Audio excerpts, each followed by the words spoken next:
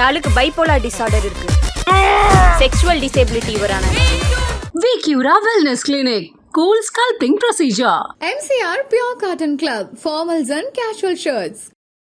திமுக ஒரு தீய சக்தி, தீய சக்தி, தீய சக்தி, தீய சக்தி. மறைந்த மக்கள் திலகம் எம்ஜிஆர் அவர்கள் திமுகவை நோக்கி பயன்படுத்தி பிறகு செல்வி ஜெயலலிதா அவர்களால் அது திரும்ப திரும்ப கூறப்பட்டு அந்த வார்த்தையை அவர் இன்றைக்கு பயன்படுத்தி இருக்கிறார். எம்ஜிஆர் அவர்கள் தீய சக்தி என்று திமுகவை வர்ணித்து அதை மக்கள் ஏற்றுக்கொண்ட காரணத்தால் தான் 10 ஆண்டு காலம் கோட்டை பக்கமே திமுக வர முடியவில்லை. இன்றைக்கு திமுக என்கிற தீய சக்தியை வீழ்த்தக்கூடிய இடத்தில் இருப்பது தாவேகா தான். நான் ஏதாவது பேசினா சினிமா டயலாகா, சார் பேசினா அது சினிமா டயலாக் இல்லையா?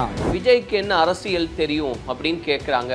ஒவ்வொரு இடத்துலையும் அந்த களத்தில் இருக்கக்கூடிய சூழலை எல்லாம் நான் பேசுறேன், இதெல்லாம் பேசுறது அவங்களால பொறுக்க முடியாம தான் அவர் இவ்வளவு நிமிஷம் பேசுறாரு, அவ்வளவு நிமிஷம் பேசினார் அப்படின்றதெல்லாம் சொல்றாங்க. உண்மையிலேயே அவருடைய அந்த களம் சார்ந்த அரசியல் புரிதல் எப்படி இருக்குன்னு பாக்குறீங்க சார்? இல்ல, களம் சார்ந்த அரசியல் அவருக்கு புரிதல் இல்லை என்று சொல்பவர்கள் தான் எரிச்சலில் பேசுகிறார்கள் என்று நான் பார்க்கிறேன். அவர் களம் சார்ந்த அரசியலில் தெளிவாகத்தான் இருக்கிறார். விஜய் பெரியார் பெயரை சொல்லி ஊரை ஏமாற்றாதீர்கள், ஆட்சியின் பெயரால் கொள்ளையடிப்பதற்கு பெரியார் பெயரை பயன்படுத்தாதீர்கள் என்று பேசினால் சில பேருக்கு ஏன் எரிகிறது என்று நான் கேட்கிறேன். நாங்கள் உங்களை ஒரு பொருட்டாகவே கருதவில்லை. யார் சொல்றது? திமுக இருக்கக்கூடிய அண்ணன் ஆர்.எஸ். பாரதி, அறிவு கொழுந்து, அவரு, அதிமுக இருக்கக்கூடிய ஜெயக்குமார், இவங்கெல்லாம் பேசுறாங்க. எங்களுக்கு நாங்க யாரை பத்தியும் கவலைப்படல. ஏன் அதையே பேசிட்டு இருக்கீங்க? அதைத்தான் ஏன் பயப்படல, பயமில்ல, பயம் அதுதான் அந்த அது கூட கரெக்டா சொல்லியிருக்காங்க. உங்களுக்கு தான் டிவிக்கே ஒரு பொருட்டே இல்லல, அப்புறம் ஏன் கதறீங்க? 9ஆம் வகுப்பு மாணவிகள் பீர் குடிக்கிறார்கள் என்று எங்க? அரசு பள்ளி விடுதியில. எந்த அளவுக்கு நீங்கள் தரிகட்ட போன ஆசிரியர்கள், தரிகட்டு போகிற மாணவர்கள், இதையெல்லாம் தடுப்பதற்கு அரசு என்ன செய்கிறது? அதுதான் முக்கியம். நாங்கள் டிராப் அவுட்ஸை குறைச்சிட்டோன்றது சாதனை அல்ல. திமுகவே மற்ற நேரங்களில் ஈவேரா பக்தர் வேஷம் போடும், ஓட்டு வாங்க வேண்டும் என்றால் முருக பக்தர் வேஷம் போடும். திமுக எந்த வேஷம் வேண்டுமானாலும் போடும். எப்படிடா இவரை முடக்குவது என்று நீங்கள் நினைக்கிறீர்கள். ஆனால் மக்கள் என் பக்கம் இருக்கிறார்கள், உங்கள் பக்கம் காசு இருக்கிறது, என்னிடத்திலே மாசு இருக்கிறது என்ற ஒரு டயலாக்கும் பேசியிருக்கிறார். அந்த பஞ்ச் டயலாக் எடுபடும், ஆனால் முதலமைச்சர் டயலாக் எடுபடாது. எதற்காக நான் இதை சொல்லுகிறேன் என்றால், விஜயை முடக்குவதற்கு எல்லா வகையிலும் இந்த அரசாங்கம் முயன்று கொண்டிருக்கிறது. இப்போ நிறைய பேர் நீங்க விமர்சனம் பண்றீங்க, உங்களை பேசுவேன்னு நீங்க எதிர்பார்க்குறீங்க, உங்களை எல்லாம் நான் பேச போறதே கிடையாதுன்றது வெளிப்படையாவே சொல்றாரு. இந்த மெசேஜ் அதிமுகவுக்கா இல்ல நாம் தமிழர் தொடர்ச்சியா விமர்சனம் செஞ்சுக்கிட்டே இருந்தாங்க அவங்களுக்கா, யாருக்கான மெசேஜ்? கலாட்டா நேயர்களுக்கு வணக்கம். நான் சரவண ராம்குமார். இன்று நம்மோடு மூத்த பத்திரிகையாளர் திரு துக்ளக் ரமேஷ் அவர்கள் இணைஞ்சிருக்காரு. அவர்கிட்ட தான் பேசுறதா இருக்கோம், பேசுவோம். சார் வணக்கம். வணக்கம். கரூர் பெருந்துயருக்கு அடுத்து முதல் முறையாக தமிழ்நாட்டில் ஈரோடுல விஜய் அவர்கள் பேசியிருக்கிறார். முக்கியமா நிறைய விஷயங்கள் அவர் பேசியிருந்தாலும் கூட தீய சக்தி திமுக, தூய சக்தி தாவேகா, இதுக்கு மத்தியில தான் போட்டி அப்படின்றது தான் அவர் கட்டமைச்சிருக்காரு இன்னைக்கு உரையில. முதல்ல அந்த உரை எப்படி இருந்தது சார்? இன்றைய உரை சற்று விரிவானதாக இருந்தது. ஏனென்றால் சுருக்கமாக பேசுகிறார், 7 நிமிஷம் தான் பேசுகிறார், 10 நிமிஷம் தான் பேசுகிறார் என்று முந்தைய உரைகள் குறித்த விமர்சனங்கள் இருந்தன. இந்த முறை சற்று விரிவாக பேசியிருக்கிறார். அந்த விமர்சனங்கள் குறித்து அவரே பகடியாக பதிலளித்திருக்கிறார். நான் எத்தனை நிமிஷம் பேசினா உங்களுக்கு என்ன சார் பிரச்சனை, நான் என்ன பேசினேன் அதுதான் முக்கியம், நான் எவ்வளவு நிமிஷம் பேசினன்றது முக்கியம் இல்லை என்று மிகச்சரியாக பதில் கொடுத்திருக்கிறார். ஆனால் நீண்ட நேரம் உரையாற்ற வேண்டும் என்று அவருடைய கட்சியினர் தான் எதிர்பார்ப்பார்கள். இப்போதுதான் தமிழக அரசியலில் அவருடைய எதிரிகள் எதிர்பார்க்கிறார்கள் நீண்ட நேரம் பேசணும். ஏனென்றால் இவர்கள் நீண்ட நேரம் பேசிய மக்களை கொல்பவர்கள். ஆகவே அவர் நீண்ட நேரம் பேசாததை ஒரு குறையாக சொல்லுகிறார்கள். பொய்யாக பேசுகிறவர்கள் எவ்வளவு நேரம் வேண்டுமானாலும் பேசலாம், அதில் ஒன்றும் கஷ்டம் இல்லை. என்ன வந்தா செய்வா போறோம், இஷ்டத்துக்கு அடிச்சு விடலாம். ஆகவே எது மக்களுக்கு பயனுள்ள செய்தியோ அதை பேசுகிறாரா என்றுதான் ஒருவருடைய பேச்சிலிருந்து நாம் பார்க்க வேண்டும். ஒரு இலக்கிய கூட்டத்திற்கு போகிறோம் என்று வைத்துக் கொள்ளுங்கள், சுவைபட பேசினால் மட்டும் போதாது, புதிய செய்திகள் எதையாவது நாம் தெரிந்து கொள்ள வேண்டும். அதுதான் அந்த கூட்டத்திலே அந்த பேச்சாளர் அவருடைய பேச்சின் மூலம் அவருக்கும் சரி சுவைஞர்களுக்கும் சரி கேட்கிறதுல ஒரு வெற்றி இருக்கிறது. அந்த பேச்சாளருக்கும் அதுதான் வெற்றி, போனவங்களுக்கும் அதுதான் திருப்தி. அது மாதிரி ஒரு அரசியல் தலைவர் பேசுகிறார் என்றால் என்ன மாற்றத்தை சொல்லுகிறார், புதிதாக என்ன செய்தியை சொல்லுகிறார், இதுதான் கவனிக்கப்பட வேண்டும். அப்படி பார்க்கும்போது அந்த மாவட்டம் சார்ந்த பிரச்சனைகளை அவர் இதுவரை எந்தெந்த மாவட்டங்களில் பயணித்தாரோ அதை தொட்டு பேசியிருக்கிறார். அதற்கு ஏன் தீர்வு காணப்படவில்லை என்கிற கேள்வியை வைத்திருக்கிறார். அவருடைய பேச்சில் அடர்த்தியான அரசியல் இருந்தது என்றாலும் கூட இதுதான் கவனிக்கப்பட வேண்டிய விஷயம் என்று நான் பார்க்கிறேன். நீங்களே சொன்னதை போல இன்றைக்கு முதலாக மறைந்த மக்கள் திலகம் எம்ஜிஆர் அவர்கள் திமுகவை நோக்கி பயன்படுத்தி பிறகு செல்வி ஜெயலலிதா அவர்களால் அது திரும்ப திரும்ப கூறப்பட்டு அந்த வார்த்தையை அவர் இன்றைக்கு பயன்படுத்தி இருக்கிறார். என்ன? திராவிட முன்னேற்ற கழகம் என்பது ஒரு தீய சக்தி, அந்த தீய சக்தி தமிழ்நாட்டிலிருந்து அப்புறப்படுத்தப்பட வேண்டும் அல்லது ஆட்சியிலிருந்து அகற்றப்பட வேண்டும். இது மக்கள் திலகம் எம்ஜிஆர் அவர்கள் முன்வைத்து மிக வலிமையாக எடுபட்ட கோஷம். திமுக அது அந்த கோஷம் ஈடுபடவில்லை என்று சொல்ல முடியாது. ஏனென்றால் எம்ஜிஆர் அவர்கள் தீய சக்தி என்று திமுகவை வர்ணித்து அதை மக்கள் ஏற்றுக்கொண்ட காரணத்தால் தான் 10 ஆண்டு காலம் கோட்டை பக்கமே திமுக வர முடியவில்லை. எதிர்க்கட்சியாக வந்தது, சுருங்கி கொண்டே வந்தது. 1977 எம்ஜிஆர் அவர்கள் முதல் முறையாக ஆட்சி அமைத்த போது திமுகவுடைய சட்டமன்ற உறுப்பினர்கள் எண்ணிக்கை 48. 1980 திமுகவுடைய சட்டமன்ற உறுப்பினர்கள் 38. அதன் பிறகு 84 22. ஆகவே எதற்காக நான் இதை சுட்டிக்காட்டுகிறேன் என்றால், தீய சக்தி என்கிற காயின் அந்த வார்த்தை பிரயோகம் அதற்கு அவ்வளவு சக்தி இருந்தது, அந்த வார்த்தைக்கு அவ்வளவு சக்தி இருந்தது. அதை பயன்படுத்துகிற தலைவருக்கும் அந்த வலிமை இருந்தது. செல்வி ஜெயலலிதாவும் அதே போல திமுகவை தோற்கடித்தார். அது தவிர ஆட்சியில் அமர்ந்த கட்சி திரும்ப ஆட்சிக்கு வந்ததில்லை, எம்ஜிஆரை தவிர யாரும் அந்த சாதனையை படைத்ததில்லை என்பதையும் நீண்ட காலத்திற்கு பிறகு செல்வி ஜெயலலிதா அந்த ரெக்கார்டையும் படைத்தார். 2011 ஆட்சிக்கு வந்த செல்வி ஜெயலலிதா அவர்கள் 2016 மீண்டும் ஆட்சிக்கு வந்தார். எதற்காக இந்த பின்னணியை நான் கூறுகிறேன் என்றால், இப்போது அதே வாசகத்தை திரு விஜய் பயன்படுத்தி இருக்கிறார். இதை நான் 2 விதமாக பார்க்கிறேன். மக்கள் திலகம் எம்ஜிஆர் அவர்களும் மறைந்த செல்வி ஜெயலலிதா அவர்களும் திமுக குறித்து என்ன விமர்சனத்தை முன்வைத்து ஆதரவு திரட்டினார்களோ அதை நினைவு கூர்ந்திருக்கிறார். நினைவு கூறுவதன் மூலம் இன்னொரு அரசியல் உத்தியையும் அவர் மேற்கொண்டிருக்கிறார். இன்றைக்கு திமுக என்கிற தீய சக்தியை வீழ்த்தக்கூடிய இடத்தில் இருப்பது தாவேகா தான் என்பதை அவர் நிறுவ முயற்சிக்கிறார். அதற்குத்தான் என்ன சொல்லுகிறார்? தீய சக்தியா தூய சக்தியா? தூய சக்தியான தாவேகாவா? அப்படியானால் என்ன பொருள்? களத்தில் நாங்கள் தான் பிரதான போட்டியாளர், அதிமுக அல்ல என்று அந்த எலெக்ஷன் நெரேட்டிவை செட் பண்ணுவதற்குத்தான் மக்கள் திலகம் எம்ஜிஆர் பெயரை பயன்படுத்துகிறார். செல்வி ஜெயலலிதா பெயரையும் முதன்முறையாக பயன்படுத்துகிறார். இதற்கு முன் அண்ணா அவர்களையும் எம்ஜிஆர் அவர்களையும் அவர் பயன்படுத்தினார். இன்றைக்கு அந்த அண்ணா பெயரையும் எம்ஜிஆர் பெயரையும் பயன்படுத்துவது குறித்து எழுந்த விமர்சனங்களுக்கு பதிலளித்து விட்டு, அண்ணாவும் எம்ஜிஆரும் நாட்டுக்கு பொதுவான தலைவர்கள், எந்த கட்சிக்கும் சொந்தமானவர்கள் அல்ல என்பதை கூறிவிட்டு புதிதாக செல்வி ஜெயலலிதா பெயரையும் பயன்படுத்துகிறார். ஆகவே அதிமுகவின் இடத்தை தாவேகாவை கொண்டு வந்து நிறுத்துகிறார். அதுதான் தொடர்ச்சியாகவும் செஞ்சுக்கிட்டே இருக்காரு. சென்ற முறை செய்ததை விட ஒரு படி மேலே போகிறார். அதிமுக இடத்தில் கொண்டு வந்து தாவேகாவை நிறுத்துகிறார் என்று நான் சொல்லும் போது அதற்கு இன்னொரு அடையாளத்தையும் மிக உன்னிப்பாக நீங்கள் கவனித்திருந்தால் தெரியும்.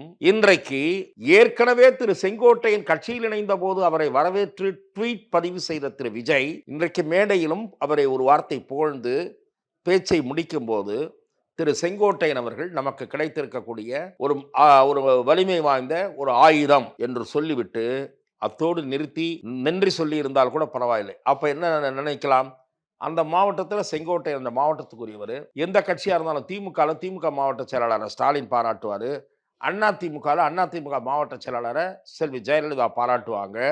அந்த பாணியை விஜய் கடைபிடித்திருக்கிறார் என்று நாம் கருதி இருக்கலாம். அவர் அத்தோடு நிறுத்தவில்லை. செங்கோட்டையன் போல இன்னும் பலர் வருவார்கள், அவர்களுக்கெல்லாம் உரிய அங்கீகாரம் வழங்கப்படும். இதுதான் இந்த கூட்டத்தினுடைய 2 செய்திகளோடு இணைத்து பார்க்கப்பட வேண்டிய செய்தி. அந்த மெசேஜ் அதிமுக இருக்கிறவங்களுக்காகவே சொன்னதா? அதிமுகவை உலுக்கும் என்கிறேன் நான். அந்த மரத்தை பிடித்து உலுக்கும், அவர்களுடைய மனசாட்சியை பிடித்து உலுக்கும். விஜய் நமக்குரிய அங்கீகாரத்தை தருவார். அதிமுகவை விட வலிமையாக அவர் இருக்கிறார், செல்வாக்காக இருக்கிறார், எம்ஜிஆர் புகழை பேசுகிறார். இதெல்லாம் நாம் நினைத்ததெல்லாம் நடக்கிறது. ஏன் விஜயை கன்சிடர் பண்ணக்கூடாது?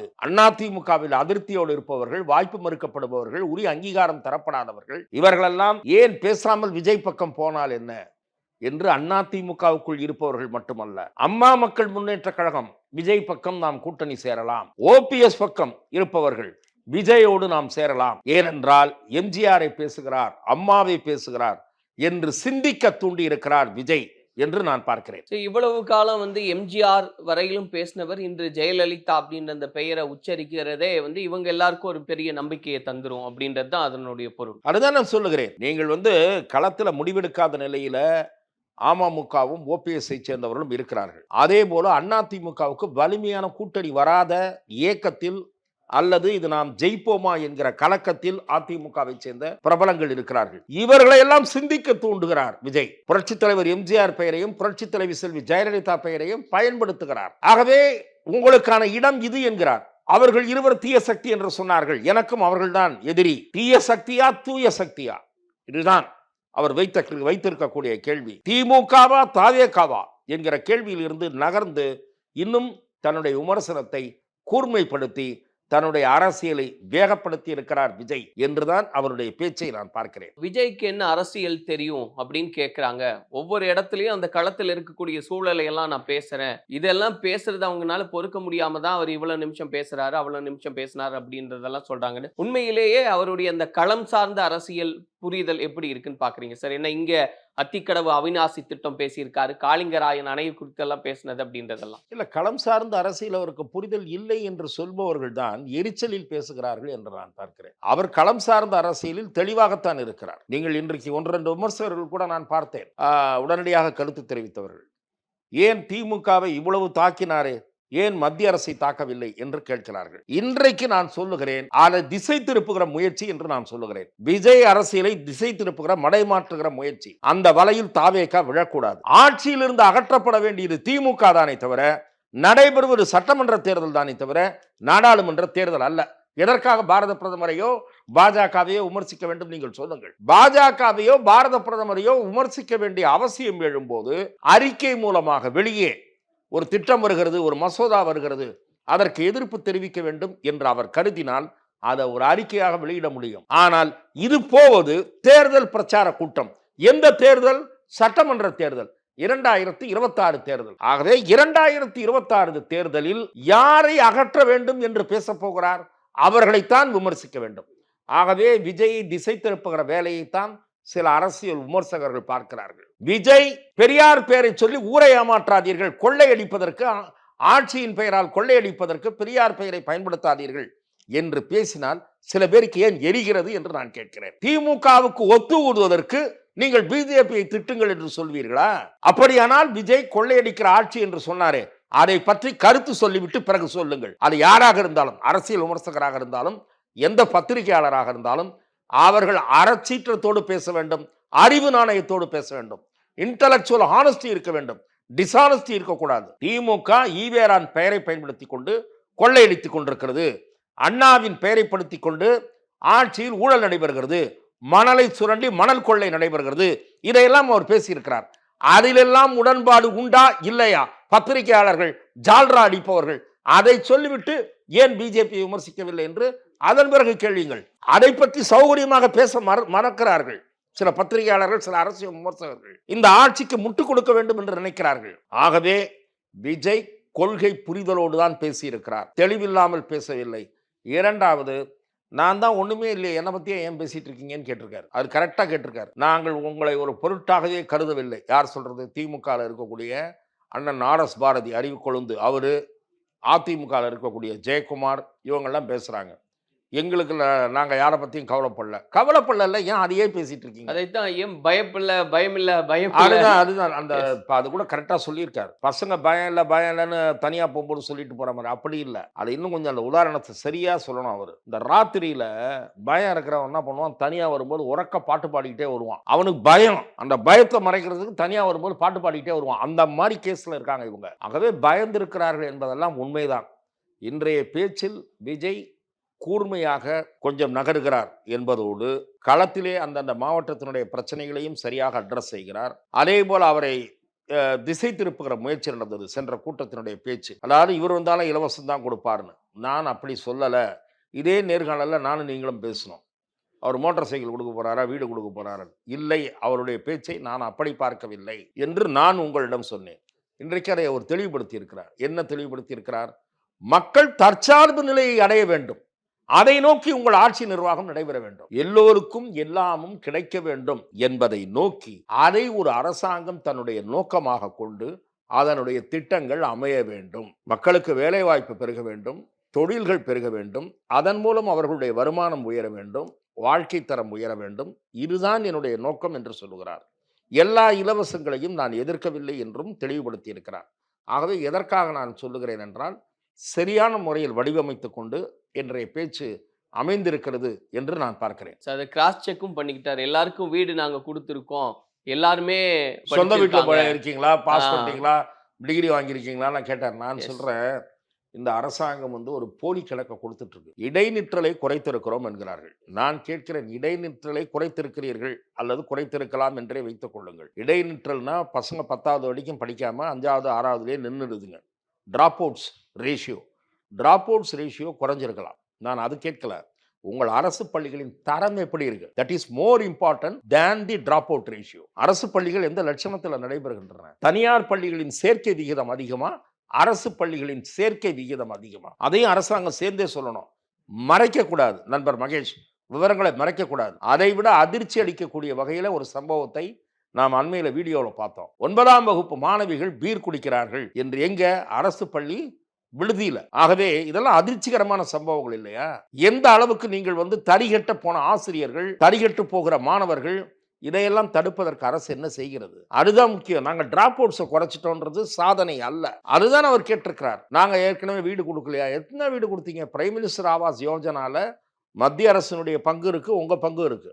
வெறும் உங்க பங்கு மட்டும் இல்ல, எந்த திட்டத்திலையும் போய் ஸ்டிக்கர் ஒட்டிக்குவீங்க, அது இல்ல பிரச்சனை. என்ன சாதனை படைத்திருக்கிறீர்கள்? நல்லா சொன்னார் முதலமைச்சர். நிறைய பேசுறாரு. எது சார் உங்க சாதனை சொல்லுங்க சார். போதையை ஒழிச்சிட்டீங்களா? சட்டம் ஒழுங்கு மோசத்தை கெடுத்துட்டீங்களா? பெண்கள் பாதுகாப்பு விஷயத்துல எது பண்ணிட்டீங்களா? இதெல்லாம் கேள்வி முதலமைச்சரை நோக்கி. அவர் கேரக்டரையே புரிஞ்சுக்க மாட்டேங்கிறீங்க அதுதான் அவர் பேசியிருந்தது. சிலப்பதிகாரத்துல இருந்து எடுத்து பேசினதா? முதலமைச்சர் பஞ்ச் டயலாக் பேச ஆசைப்பட்டார். பஞ்ச் டயலாக் பேச ஆசைப்பட்டு அது எடுபடல. யார் பேசினா எடுபடுமோ அது பேசினாதான் சார் எடுபடும். நான் ஒரு தடவை சொன்னா அப்படின்னு ரஜினி சிட்டிக்கு போட்டாதான் எடுபடும். நான் சிட்டிக்கு போட்டா எடுபடுமா? எடுபடாது. அதே மாதிரி ரஜினி அப்படி டவலை தூக்கி போட்டாதான் எடுபடும். நானும் நீங்களும் போட்டா சும்மா பசங்களுக்கு விளையாட்டு காட்டுறதுக்கு பண்ணலாம். ஆகவே எதை யார் பேசினாலோ அவர்களை பொறுத்துதான் அந்த வார்த்தையினுடைய வெற்றி என்பது இருக்கும். இப்போ சார் நீங்க சொன்ன மாதிரி அதிமுகவை அதிர வச்சிருக்கு இந்த விஷயங்கள். ஒரு பக்கம் ஜெயலலிதா அவர்கள் பெயரை சொன்னதும் சரி, அடுத்து வர இருக்கிறவங்களுக்கெல்லாம் உரிய அங்கீகாரம் தர்றது அப்படின்றது அதிமுக சைடு ஒரு அதிர்வலை. இதே பக்கம் திமுக அப்படின்னு நம்ம பார்க்கும்போது பெரியாரை பெரிய அளவுல கிளைம் பண்ணிக்கிறது திமுக தான் தொடர்ச்சியா செஞ்சுக்கிட்டே இருந்தாங்க. இப்போ அதையும் அவரும் செய்யறாரு. அந்த பக்கம் இருக்கக்கூடிய மைனாரிட்டி மக்களுக்கு நான் நிறைய நல்லது செய்வேன்றதை அவர் தொடர்ந்து வெளிப்படுத்திக்கிட்டே இருக்காரு. இப்ப திமுகல இது எந்த அளவுக்கு ஒரு அதிர்வை ஏற்படுத்தும் சார்? இல்ல, திராவிட முன்னேற்ற கழகம் பெரியாரை அதிகமாக பேசுவதால் விஜய் அதிகமாக பேச வேண்டும் என்ற அவசியம் இருப்பதாக நான் கருதவில்லை. என்னை பொறுத்தவரை நான் அதுல முற்றிலும் மாறுபடுகிறேன். உங்களுடைய கொள்கை தலைவர் ஈவேராவாக இருக்கட்டும், அது உங்களுடைய உரிமை. திமுகவும் பெரியாரை கொண்டாடுது, அண்ணாவை விட பெரியாரை அதிகமாக கொண்டாடுது. இப்போ சமீப காலமா, ஏன்னா நாத்திகவாதிகள் முதலமைச்சரை சூழ்ந்து இருப்பதால் எனக்கு நன்றாக தெரியும் அவர்கள்லாம் யார் யார் என்று. முதலமைச்சருக்கு பேச்சு தயாரித்து கொடுக்கிற டீம்ல இருந்து பல பேர் நாத்திகவாதிகள், ஐஏஎஸ் அதிகாரிகள் 1-2 பேர் உட்பட. அந்த நாத்திகவாதிகள் பெரியாரிஸ்டுகள் அப்படின்னு சொல்லிக் கொள்வதிலே பெருமை அடைபவர்கள். ஆனால் நீங்கள் அதை ஃபாலோ பண்ண வேண்டிய அவசியம் இல்லை. ஈவேரா உங்க கொள்கை தலைவராக இருக்கட்டும், அதுக்குன்னு தம்பட்டம் அடிக்க வேண்டாம். ஏன்னா ஈவேராவை பிடிக்காதவர்கள் ஏராளமானவர் இருக்கிறார்கள். அவர்களுடைய ஓட்டும் விஜய்க்கு அவசியம். அதை விஜய் புரிந்து கொள்ள வேண்டும். திமுகவே மற்ற நேரங்களில் ஈவேரா பக்தர் வேஷம் போடும், ஓட்டு வாங்க வேண்டும் என்றால் முருக பக்தர் வேஷம் போடும். திமுக எந்த வேஷம் வேண்டுமானாலும் போடும். ஆகவே அந்த நிலையிலிருந்து நான் மாறுபடுகிறேன். ஈவேராவை பேசுவதால் திமுக பதறும் என்று நான் கருதவில்லை. விஜய் பக்கம் இளைஞர்கள் பெருமளவில் திரண்டு கொண்டே இருப்பதால் திமுக பதறும் என்றுதான் நான் பார்க்கிறேன். இந்த கட்டமைப்பு எல்லாமே உருவாக்கி இருக்காங்க. நிறைய அதுக்காக மெனக்கெடுதல் இருந்தது தாவேக்கால் அப்படின்னு பாக்குறோம். இவங்க பேசுறதும் புரிஞ்சது. ஆதவ அர்ஜுனா அவர்கள் முன்னாடி எவ்வளவு நேரம் பேசினாரு, இப்ப எல்லாருமே சுருங்க பேசுறாங்க. விஜய் அவர்களுக்கு தான் அந்த ப்ரியாரிட்டி இருக்கு அப்படின்றது எவ்வளவு தூரம் அவங்க ஃபைன் டியூன் பண்ணிக்கிட்டே வர்றாங்கன்னு பார்க்க. முதல்ல நிர்வாகிகள் சிலர் விஜய்க்கு முன்னால் பேசுவது என்கிற வழிமுறையை கொண்டு வந்திருக்காங்க பாருங்க, அதை நான் வரவேற்கிறேன். ஏனென்றால் யாருமே பேசாமல் ஒரு பெருங்கூட்டம் திரண்டு காத்திருந்து விஜய் மட்டுமே பேசுவார் என்பது ஒரு சரியான அரசியல் அணுகுமுறை அல்ல என்பதை நான் முதலில் ஆரம்பத்திலிருந்து தெரிவித்து வருகிறேன். அந்த மாவட்ட செயலாளர் யாரோ அவர் வரவேற்புரை ஆற்ற வேண்டும். 1-2 பேச்சாளர்கள் பேசுவதற்கு வாய்ப்பு தர வேண்டும். அதன் பிறகு விஜய் பேச வேண்டும். இப்போ அந்த வேனை கொண்டு வந்து நிறுத்தி சுத்திர மக்கள் இருக்காங்க. மேடை போடுகிற செலவு மிச்சம் என்று வேண்டுமானால் வெறிக்கலாம். ஆனால் பக்காவாக ஸ்டேஜ் மீட்டிங்காக நடந்து வரவேற்புரை, நன்றி உரை, அப்படியும் ஒரு அரசியல் கட்சி பாணி. இது இன்னொரு பாணி. ஆனால் சில நிர்வாகிகளை பேச அனுமதித்திருப்பது, அவர்கள் பேசுவது என்பது மக்களிடையே அவர்கள் அறிமுகம் பெறுவதற்கு உதவும். இந்த அணுகுமுறையை நான் வரவேற்கிறேன். இப்போ செங்கோட்டையன் அவர்களுடைய அந்த பங்களிப்பு எந்த அளவுல இருக்குன்னு இந்த மாநாட்டில் புரிஞ்சுக்க முடியுது சார். ஏன்னா உள்ள வந்ததுக்கு அப்புறம் நிறைய இன்புட்ஸை கொடுத்திருக்காருன்றது இல்ல, அந்த கூட்டத்திற்குள் ஒரு ஒழுங்குமுறை வந்திருக்கிறது. இன்னொரு விஷயமும் நான் சொல்ல வேண்டும் என்று நினைக்கிறேன். அந்த பல்லாயிரக்கணக்கானோர் வந்தாலும் கூட அவர்களுக்கு நாற்காலி போட்டு அமர வைக்கிற ஏற்பாடு என்பது இன்னும் சிறப்பாக இருக்கும். திரு செங்கோட்டையன் அவர்களுக்கு காவல்துறை ஏராளமான நிபந்தனைகளை விதித்த காரணத்தால் அதையெல்லாம் மீறாமல் அல்லது எந்த விதமான அசம்பாவிதமும் நடைபெறாமல் இந்த கூட்டம் நடந்து முடிந்ததில் செங்கோட்டையனுடைய பங்கு முக்கியத்துவமானது. அதே போல காவல்துறையினரும் இன்றைக்கு கூடுதலான பாதுகாப்பு ஏற்பாடுகளில் ஈடுபட்டிருந்ததை பார்க்க முடிந்தது. அதே நேரத்தில் திரு விஜய் அவர்கள் குறிப்பிட்ட ஒரு குற்றச்சாட்டு, அது 100% உண்மை என்று நான் பார்க்கிறேன். விஜய் எப்படியாவது முடக்க வேண்டும், எப்படிடா இவரை முடக்குவது என்று நீங்கள் நினைக்கிறீர்கள். ஆனால் மக்கள் என் பக்கம் இருக்கிறார்கள், உங்கள் பக்கம் காசு இருக்கிறது, என்னிடத்திலே மாசு இருக்கிறது என்ற ஒரு டயலாக்கையும் பேசியிருக்கிறார். அந்த பஞ்ச் டயலாக் எடுபடும். ஆனால் முதலமைச்சர் டயலாக் எடுபடாது. எதற்காக நான் இதை சொல்லுகிறேன் என்றால், விஜயை முடக்குவதற்கு எல்லா வகையிலும் இந்த அரசாங்கம் முயன்று கொண்டிருக்கிறது. அந்த கூட்டத்திற்கு விதிக்கிற நிபந்தனைகளை மாதிரி ஒரு அநியாயம் எதுவுமே கிடையாது. விஜய் கூட்டத்துக்கு விதிக்கிற நிபந்தனைகள் மாதிரி கரூர்ல 43 பேர் உயிரிழந்தார்கள் என்கிற பெரும் துயரம் அவலம் நிகழ்ந்து விட்ட ஒரே காரணத்திற்காக இந்தியாவில் எந்த ஒரு அரசியல் கட்சிக்கும், எந்த ஒரு அரசியல் கட்சியினுடைய தலைவருக்கும், எந்த ஒரு மாநிலத்தின் காவல்துறையும் விதிக்காத நிபந்தனைகளை தமிழ்நாட்டு காவல்துறை விஜய் மீது விதிப்பது என்பது அடக்குமுறை நடவடிக்கை என்றுதான் நான் பார்க்கிறேன். அந்த அடக்குமுறையை மீறிதான் விஜய் வளர வேண்டி இருக்கிறது, விஜய் நகர வேண்டி இருக்கிறது. மக்கள் ஆதரவுடன் அவர் அதை மேற்கொள்ள வேண்டிய பொறுப்பும் கடமையும் இருக்கிறது. அவருக்கும் தன்னுடைய கூட்டத்தை ஒழுங்குபடுத்த வேண்டிய, அந்த தொண்டர்களை கட்டுப்பாட்டுக்குள் கொண்டு வர வேண்டிய கடமை இருக்கிறது. இன்றைக்கு கூட ஒரு 2 பேர் ஒளிபரப்புக்கு மீது ஏற முயன்ற போது திரு விஜய் உடனடியாக அவர்கள் இறங்கினால்தான் தன்னுடைய பேச்சை தொடர முடியும் என்று நிறுத்தினார். இது மிக கூர்மையாக அவர் கவனித்து எடுத்த நடவடிக்கை. அதையும் நான் வரவேற்கிறேன். கட்சிக்குள் ஒரு தொண்டர் அணி போன்ற ஒரு அமைப்பை உருவாக்கி கட்சிக்குள் ஒரு கட்டுப்பாட்டை கொண்டு வர வேண்டிய பொறுப்பு அவரிடமும் இருக்கிறது என்பதை நான் திரும்பவும் வலியுறுத்துகிறேன். செங்கோட்டையன் அவர்கள் பேசும்போது அடுத்த முதலமைச்சர் புரட்சி தளபதி விஜய் அவர்கள் தான் அப்படின்னு அது ஒரு பாசிட்டிவ் வைபை கிரியேட் பண்ணியிருந்தாலும் கூட, கடந்த காலங்களில் அவர் இது எடப்பாடியாருக்கு சொல்லியிருந்தாரு. இப்போ விஜய் அவர்களுக்கு வந்த உடனே இதையே சொல்றாரு. புரட்சி தளபதின்ற பட்டம் ஏற்கனவே நடிகர் விஷாலுக்கு இருக்கு இப்படின்லாம் பேச ஆரம்பிச்சிருக்காங்க. அதையெல்லாம் எப்படி பாக்குறீங்க? இல்ல சார், புரட்சி தளபதினு யாரும் போட்டுக்கலாம். ஒரு 4-5 பேர் போட்டிருக்காங்க. நீங்க விஷாலோட நிறுத்திட்டீங்க. சத்யராஜ் கூட புரட்சி தளபதியா இருந்தார் நினைக்கிறேன், தெரியல. புரட்சி தமிழனா, புரட்சி தமிழர் எடப்பாடியார்ன்றாங்க. அது எப்போ வந்ததுன்னே தெரியல. முதல்ல குடிமராமத்து நாயகன்னாங்க, அது ஒன்றும் யூஸ் ஆகாது போல இருக்குன்னு அடுத்தது இந்த டைட்டில் கொடுத்தாங்க. ஏன்னா புரட்சின்னு வரணுன்றதுக்காக கொடுத்தாங்க. விஜய்க்கு தளபதி விஜய் என்பதுதான் அவர் அறியப்படுகிறார். தளபதி விஜய் நம்முடைய உலகநாயகன் கமலஹாசன் என்று சொல்லுகிறார்கள். சூப்பர் ஸ்டார் என்றால் ஒரே ஒருவர் தான், இன்னொருவர் இல்லை என்கிற அளவுக்கு ரஜினி இருக்கிறார். தலைன்னா அஜித், தளபதினா விஜய். இது எல்லாருக்கும் தெரிஞ்ச விஷயம். திரு செங்கோட்டையன் அவர்கள் தாவேகாவில் இணைந்தவுடன் அடுத்த முதல்வர் விஜய் என்று சொல்லுகிறார். அது சந்தர்ப்பவாதம் இல்லையா என்பதை போல நீங்கள் கேட்கிறீர்கள். நான் அப்படி பார்க்கவில்லை. இன்றைக்கு தமிழக அரசியலில் ஒரு மாற்று அரசியல் சக்தியாக உருவாகி வருகிற விஜய், அந்த இயக்கத்தால் 2 பொதுக்குழு மூலம் இவர்தான் முதல்வர் வேட்பாளர் என்று பிரகடனப்படுத்தப்பட்டிருக்கிறது. கட்சி எடுத்த முடிவை திரு செங்கோட்டையன் தன்னுடைய உரையில் குறிப்பிட்டிருக்கிறார். மக்கள் மாற்றத்தை விரும்புகிறார்கள், அந்த மாற்றத்திற்கான அறிகுறி இந்த கூட்டத்தின் மூலம் நாம் பார்க்கிறோம் என்று சொல்லிவிட்டுத்தான் அவர் இதை சொன்னார். இன்னொன்று, எந்த ஒரு இயக்கத்தில் இருந்த தலைவரும் அவர்கள் கடந்த காலங்களில் பேசியதையே போன கட்சியிலையும் பேசிக் கொண்டிருக்க முடியுமா? அது எப்படி ஒரு நகைப்புக்குரியதாக இருக்காதா? வைகோ மாற்றத்திற்கான தலைவராகத்தான் உருவானார். கடைசியில் என்ன ஆச்சு? எந்த தலைவரை எதிர்த்து அவர் வெளியே வந்தாரோ அந்த தலைவரை புகழ்வதற்கு ஒவ்வொரு வாய்ப்புக்கும் காத்து கொண்டிருக்கிறார் என்கிற நிலைமை வைகோவுக்கு நேரிட்டிருக்கு. ஆகவே இப்படி நீங்கள் பார்க்க ஆரம்பித்தால் பல அரசியல் கட்சிகளுடைய தலைவர்களுடைய பேச்சில் முரண்பாட்டை நிறைய பார்க்கலாம்.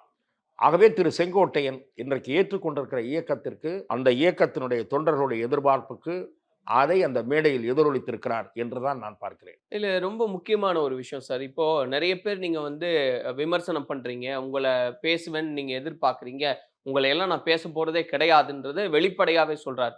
இந்த மெசேஜ் அதிமுகவுக்கா இல்ல நாம் தமிழர் தொடர்ச்சியா விமர்சனம் செஞ்சுக்கிட்டே இருந்தாங்க அவங்களுக்கா, யாருக்கான மெசேஜ்? அவர் அதிமுகவையும் நாம் தமிழர் கட்சியையும் தான் மறைமுகமாக ரெண்டு இப்படி பேரையுமே. சாடினார் என்று நான் பார்க்கிறேன். அதாவது சில பேரை பற்றி நான் பேசுவதே இல்லை என்று சொல்லுகிறார்கள். களத்திலே இல்லாதவர்களை நான் ஏன் பேச வேண்டும் என்று அதிமுகவையும், இரண்டாவது ஒரு தடவை களத்தில் இல்லாதவங்களோட ஒரு வார்த்தை சேர்த்து சொன்னார், அந்த அவர்களை பற்றி நான் ஏன் பேச வேண்டும் என்று ஒரே வார்த்தையை இரண்டு வகைகளில் கூறினார். அது யாரை பற்றி என்றால் அதிமுக நாம் தமிழர் என்றுதான் நாம் புரிந்து கொள்ள வேண்டும்.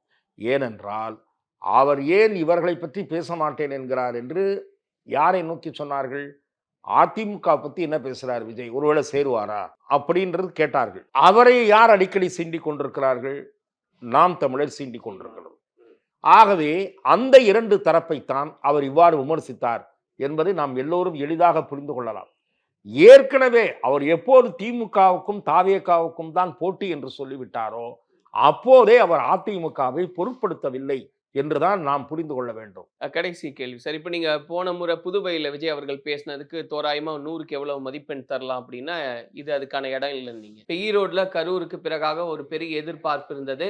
நான் மதிப்பெண் தருகிற வழக்கம் அல்ல, ஆனால் பொதுவாக சொல்லுகிறேன், விஜய் கவனிக்கத்தக்க சக்தியாக, தமிழக அரசியலில் கவனிக்கத்தக்க சக்தியாக, அலட்சியப்படுத்த முடியாத சக்தியாக வளர்ந்து வருகிறார் என்கிற பார்வை என்னுடைய பார்வை மேலும் இந்த கூட்டத்தின் மூலம் வலுப்பெறுகிறது. இன்னும் அடுத்தடுத்த நகர்வு ரொம்ப வேகமா இருக்கும் அப்படின்னு புரிஞ்சுக்கிற அளவுல இருந்ததா? அடுத்த ஓரிரு மாதங்களில் தமிழக அரசியலில் ஏற்படக்கூடும் என்று பலர் கணிக்கக்கூடிய நகர்வுகள், கூட்டணிகளில் ஏற்பட போகிற மாற்றங்கள் விஜய்க்கு வலிமை சேர்க்க உதவக்கூடிய மாற்றங்களாகவும் அமையலாம் என்பதுதான் என்னுடைய பார்வை. பொறுத்திருந்து பார்ப்போம் சார் என்னெல்லாம் நடக்க இருக்குன்னு. தொடர்ந்து பேசலாம் சார். கருத்துக்களுக்கு நன்றி. வாய்ப்புக்கு நன்றி. இந்த ஆளுக்கு பைபோலார் டிசார்டர் இருக்கு, செக்ஷுவல் டிசேபிலிட்டி இவரான. Vicura Wellness Clinic, cool sculpting procedure. MCR Pure Cotton Club, formals and casual shirts.